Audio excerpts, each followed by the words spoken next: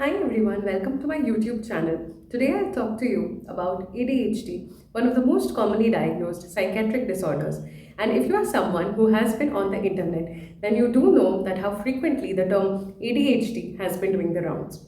Modern age has brought about a lot of problems, especially with attention span, due to our excessive dependence on dopamine. Dopamine, ADHD, and phone detox or dopamine detox are some of the terms that we are very commonly hearing these days.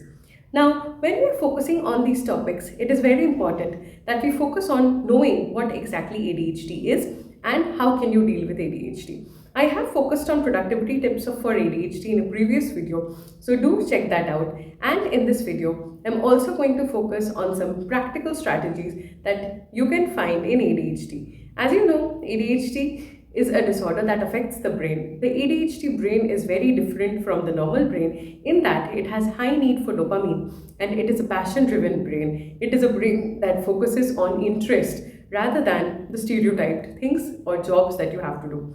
ADHD people usually find that they are not very accustomed or happy doing jobs which are monotonous, regular, or boring. So, in ADHD, we often try to bring about an element of innovation, surprise, fun, or challenge so that we can motivate the ADHD brain and get more done. By no means should you consider ADHD to be a impact which is negative, because the ADHD brain does have certain superpowers which the normal brain does not have. For example, people with ADHD actually can get a lot of out of the box thinking or innovative thinking. They are very good at multitasking. They are also very good at doing multiple projects at the same time, and they are people who can actually shuffle multiple projects at once without any of the projects suffering. If you are someone with ADHD or you know someone with ADHD, then definitely do consider sending them this video so that they can optimize and use their brain for the highest potential.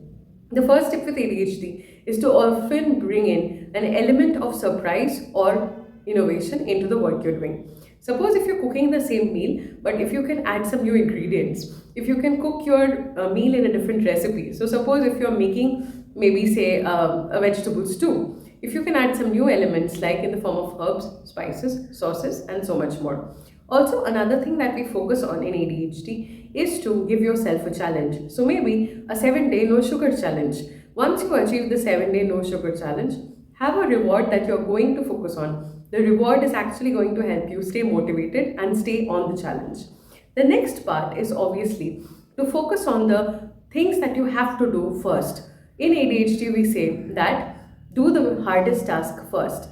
In other ways, sometimes we say that if you don't actually feel like doing the hard task, you can do it later. But for those with ADHD, often get the first task of the day as the hardest task. So if you don't like doing maths, sit with your maths book very early in the morning and get 1 hour of maths done so that you can have the rest of the day for your other subjects. Now, ADHD also makes people not achieve their highest potential academically, and this is a problem that a lot of the patients come with when they come to us for consultation. If you want one-to-one consultation, do check in the description box for more details. And now coming to the rest of the tips. Another point in ADHD, like I mentioned about the challenge and the passion, the next part is to find hobbies and interests that actually excite you so that you can actually get more done from the things that you already do. For example, if you're cleaning the house or if you're doing some household chores, just bring in an element of surprise, like add some music in the background, have a podcast playing in the background, or equate that task with something that you will do after that task. For example, if I complete my cleaning, then I'm going to watch my favorite TV show for half an hour.